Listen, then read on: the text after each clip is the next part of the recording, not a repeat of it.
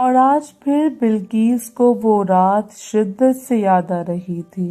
اس رات بلقیس کو اس کے شوہر نے 3 بار دروازہ پینٹ کیا تھا اور شو صبح تک چلتا رہا۔ اپنی اس رات کو یاد کر کے بلقیس کی حالت بگڑنے لگی اور اس کا پورا جسم پسینے سے بھیگنے لگا، جبکہ پیاس کے مارے اس کا گلا بھی خشک ہو چکا تھا۔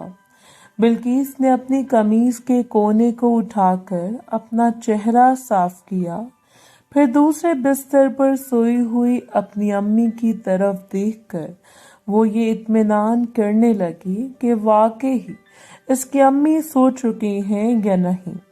کمرے میں ہلکی ہلکی روشنی کی وجہ سے اس کو نظر آیا کہ اس کی امی واقعی ہی دوسری طرف کروٹ بدل کے سو رہی ہیں۔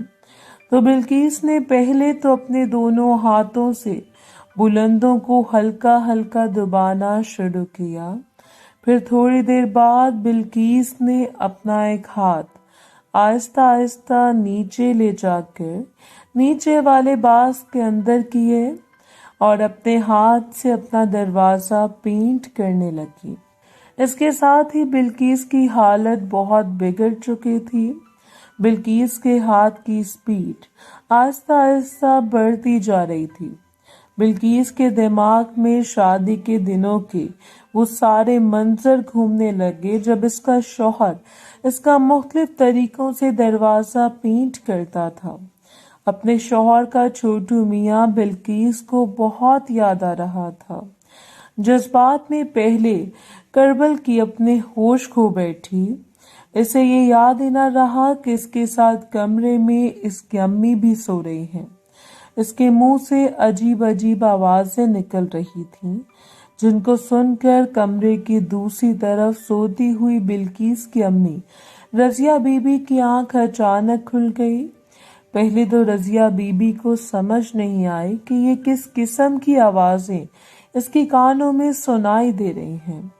پھر جب اس کی آنکھیں کمرے کی ہلکی روشنی میں دیکھنے کے قابل ہوئی تو اس نے اپنی بیٹی بلقیس کا نچلے حصے پر پڑی چادر کو تیزی سے اوپر نیچے ہوتے دیکھا تو وہ حیران رہ گئی۔ رضیہ بی بی خود بیوہ کی زندگی گزار رہی تھی، اس لیے وہ اپنی بیٹی کی طرف دیکھتے اور کمرے میں آتی آوازوں کو سن کر فوراً سمجھ گئیں کہ اس وقت اس کی بیٹی بلقیس کس قسم کا کھیل کھیلنے میں مصروف ہے۔ پھر رضیہ کے دیکھتے ہی دیکھتے بلقیس پرسکون ہو گئی۔ بلقیس کی امی نے اپنی بیٹی کو دیکھ تو لیا تھا، مگر وہ یہ بات سوچ کر چپ ہو گئی کہ آخر جوان بیٹی کے بھی جذبات ہیں اور اپنے شوہر سے طلاق کے بعد اپنے مچلتے جذبات کو بجھانے کے لیے اب بلقیس کر بھی کیا سکتی تھی۔ یہی بات سوچ کر رضیہ بی بی نے کروٹ بدلی اور پھر سے سونے کے جتن کرنے لگے۔ ادھر اپنی امی کے جاگ جانے سے بے خبر بلقیس نے سکون کی سانس لی اور اپنے ہاتھ کو باہر نکال کر نیند میں چلی گئی۔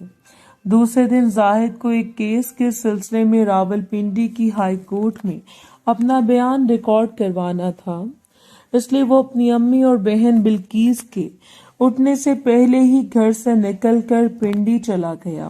بلقیس صبح اٹھ کر اسکول جانے کے لیے تیار ہونے لگی، جبکہ اس کی امی نے ہاتھ منہ دھو کر اپنے اور بلقیس کے لیے ناشتہ تیار کرنا شروع کر دیا۔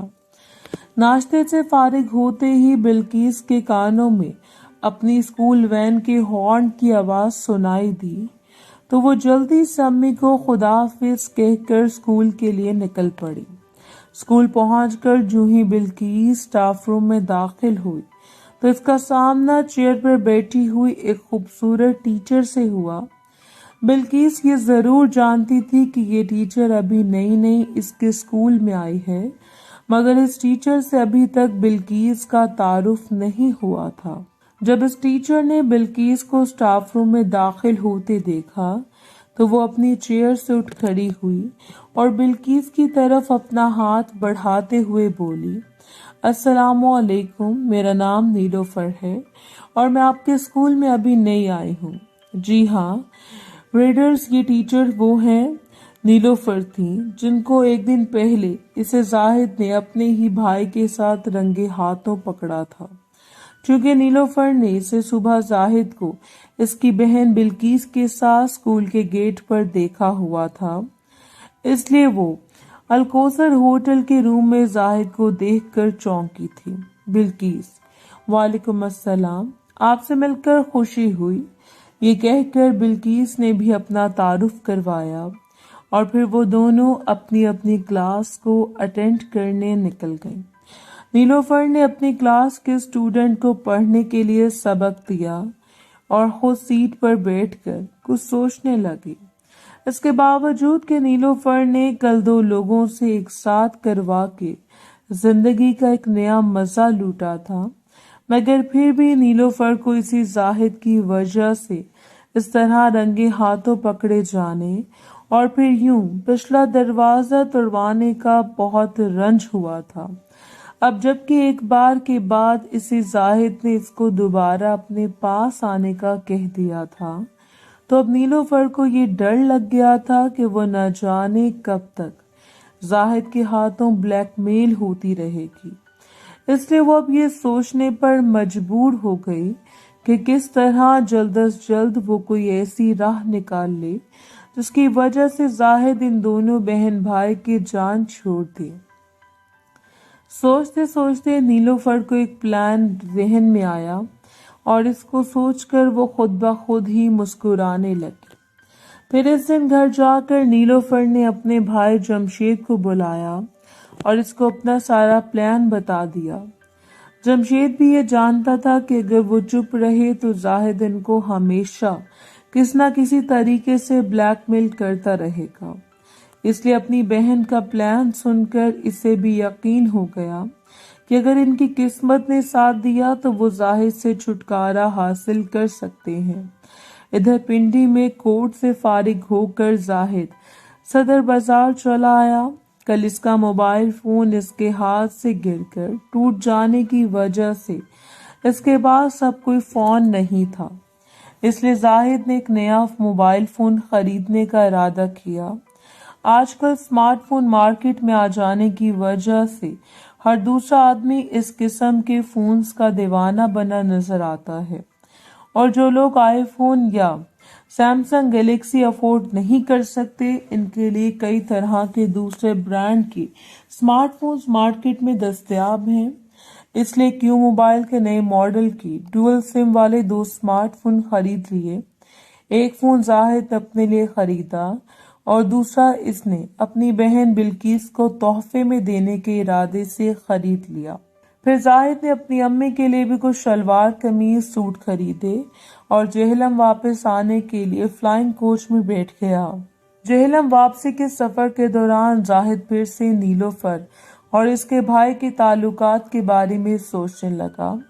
जाहिद के दिल में ख्याल आया कि ये कैसे मुमकिन है कि एक सगा भाई अपने जज्बात के हाथों मजबूर होकर अपनी ही बहन से ताल्लुकात कायम कर बैठे। यही बात सोचते कल शाम की तरह जाहिद का ध्यान दोबारा अपनी बहन बिल्किस की तरफ चला गया। मेरी बहन को तलाक हुए काफी टाइम हो चुका है, तो वो अब जज्बात को कैसे ठंडा करती होगी। जाहिद के जहन में कल वाला सवाल दोबारा फिर से गूंजा। नीलोफर को इसके भाई के साथ देखने के बाद जाहिद का छोटू भी अब आहिस्ता आहिस्ता जाहिद को इसकी बहन ही जानिब माइल करने की कोशिश कर रहा था, मगर जाहिद के दिलो दिमाग इस किस्म की गलत सोचों से बाज रहने की तलकीन कर रहे थे। इस कश्मकश में गिरफ्तार जाहिद कभी अपने छोटू की बात मान लेता और कभी अपने दिलो दिमाग की सुन लेता। मैं किस सोच में पड़ गया हूँ, मुझे ऐसा नहीं सोचना चाहिए। अपनी बहन के बारे में अपनी बहन का ख्याल जहन में आते ही जाहिद को एक धचका सा लगा और जाहिद ने अपने दिमाग से अपनी बहन के ख्याल निकालने की कोशिश करते हुए अपनी नजरों को रोड की तरफ लगा दिया ताकि चलती वैन में से बाहर का नजारा देखते हुए इसकी सोच इसके काबू में आ जाए। मगर सियाने कहते हैं कि इंसान कभी अपनी सोचों पर काबू नहीं पा सकेगा। इससे जाहिद की सोच भी रह रहकर इसके दिमाग को इसकी बहन की तरफ करने पर तुली हुई थी। नीलोफर की तरह मेरी बहन भी प्यासी होगी, तो क्यों ना मैं भी अपनी ही बहन को फांसने की कोशिश करूं। जाहिद के जहन में पहली बार अपनी बहन के बारे में ये गंदा ख्याल आया। मुझे शर्म आनी चाहिए अपनी इस घटिया सोच पर। जमशेद ने जो कुछ अपनी बहन के साथ किया, इसका हिसाब वो खुद देगा। जो भी हो, आखिर बिल्किस मेरी बहन है और अपनी बहन के बारे में मेरा इस तरह सोचना भी एक गुनाह है। जाहिर ये बात सोचकर ही काम गया और फौरन ही इसके ज़मीर ने इसकी सोच पर मलामत करते हुए जाहिद को समझाया।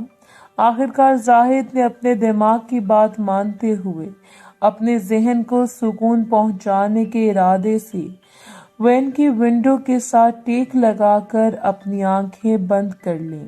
शाम को घर पहुंचकर जाहिद ने अपनी अम्मी को इनके लाए हुए कपड़े देकर पूछा, अम्मी, बिल्किस कहाँ है? वो अपने कमरे में लेटी हुई है बेटा। जाहिद के हाथों से अपने कपड़ों का बैग लेते हुए रजिया बीबी ने कहा, अच्छा, मैं जाकर बिल्किस को उसका मोबाइल देता हूँ, आप इतनी देर में मेरे लिए खाना गर्म करें। कहते हुए जाहिद अपनी बहन के कमरे की तरफ गया। बिल्किस के कमरे का दरवाजा खुला ही था, इसलिए जाहिद सीधा अपनी बहन के कमरे में दाखिल हो गया। कमरे में बिल्किस उल्टी सोई हुई थी कि इसके पीछे से इसकी कमीज का कपड़ा कमरे में चलते हुए फैन की तेज हवा की वजह से उतर गया था। लेकिन बिल्किस इस बात से बेनियाज और बेखबर होकर सुकून की नींद सो रही थी। बिल्किस के इस अंदाज में लेटने की वजह से जाहिद को अपनी बहन बिल्किस का नजारा पहली बार देखने को मिल गया। अपनी बहन को इस हालत में सोता देखकर जाहिद को थोड़ी शर्म महसूस हुई, मगर चाहने के बावजूद जाहिद अपनी बहन से अपनी नजरें नहीं हटा पाया।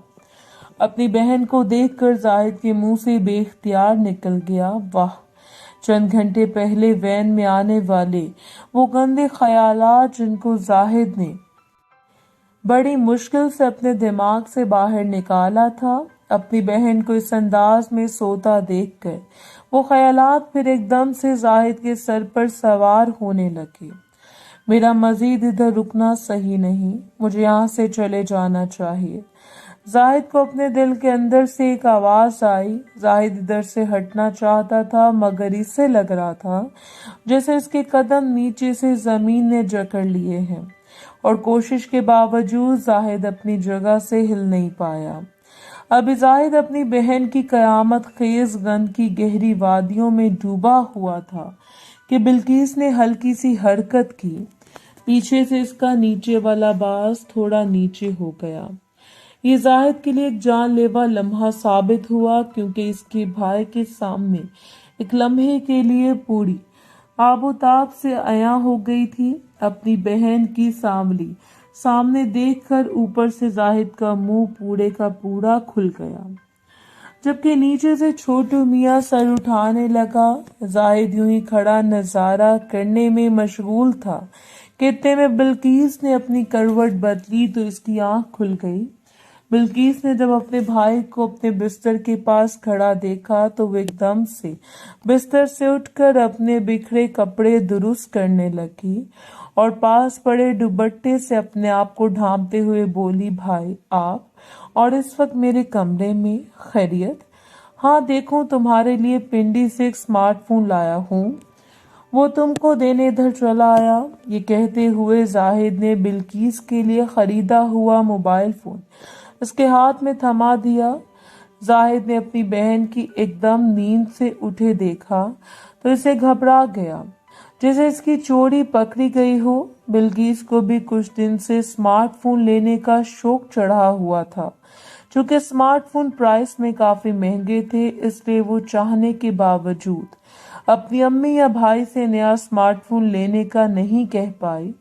آج جب بن کہے اس کے بھائی نے اسے ایک بالکل نئے ماڈل کا اسمارٹ فون خرید دیا تو بلقیس بے انتہا خوش ہوئی، اور اس خوشی کے عالم میں بنا سوچے سمجھے وہ اپنے بھائی سے چمٹ گئی۔ اس طرح اچانک اور بے اختیاری میں زاہد سے بھرپور طریقے سے چمٹنے سے بلند زاہد سے جا ٹکرائے تو زاہد کے اندر ایک عجیب سی مستی کی لہر دوڑ گئی۔ زاہد کا دل چاہا کہ وہ آج جمشید کی طرح اپنی بہن کا دروازہ پینٹ کر دے، مگر جمشید کی نسبت زاہد کے دل میں ابھی کچھ شرم باقی تھی، اسے زاہد نے اپنے دل میں جنم لیتے ہوئے خیالات کو سنبھالتے ہوئے پرے کیا اور ایک اچھے بھائی کی طرح اس کے کمرے سے باہر نکل آیا۔ زاہد اس لمحے تو اپنی بہن بلقیس سے الگ ہو کر باہر چلا آیا تھا، مگر حقیقت یہ تھی کہ جمشید کی طرح اب زاہد کے اندر بھی خواہش بھڑک اٹھی تھی، اس لیے اب زاہد تو کمرے سے باہر آ چکا تھا، لیکن آج جیسے وہ اپنا دل اپنی ہی بہن کے پاس گروی رکھایا تھا، مگر اس سب کے باوجود زاہد یہ بات اچھی طرح جانتا تھا کہ چاہنے کے باوجود نہ تو کبھی اس میں اتنی ہمت آئے گی کہ وہ جمشید کی طرح بلقیس پر ہاتھ ڈالے، اور نہ ہی نیلوفر کی طرح اس کی بہن بلقیس کبھی اپنے بھائی کے ہاتھوں پسند کرے گی۔ لیکن اس کے باوجود کل اور آج کے پیش آنے والے سارے واقعات کے باعث زاہد نے اب یہ طے کر لیا تھا کہ بے شک وہ کبھی کچھ نہ کر پائے، لیکن آج کے بعد وہ جہاں تک ممکن ہو سکے گا وہ گھر میں رہ کر وہ اپنی بہن کے نظارے ضرور کرے گا، جس پر وہ ایک گھر میں رہتے ہوئے بھی آج سے پہلے اس نے کبھی توجہ دینا تو دور، کبھی سوچنا بھی گوارا نہیں کیا تھا۔ ادھر دوسری طرف نیلوفر اپنے پلان پر عمل درآمد کرنے پر پوری طرح تل گئی تھی۔ نیلوفر کا بھائی Jamshed networking, computer graphics اور فوٹو شاپ وغیرہ کا ماہر تھا۔